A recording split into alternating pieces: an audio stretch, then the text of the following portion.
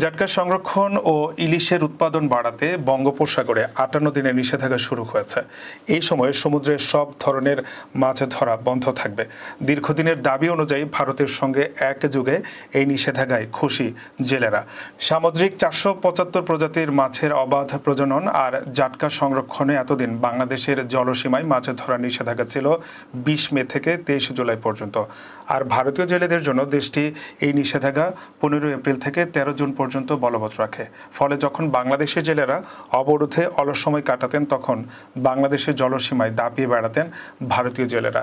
এই অবস্থায় ভারতীয় জেলেদের সঙ্গে সমন্বয় করে মাছ শিকারে নিষেধাজ্ঞা সময়সীমা নির্ধারণের দাবি জানিয়ে আসছিলেন বাংলাদেশের জেলেরা। দীর্ঘদিন পর পূরণ হয়েছে সেই দাবি।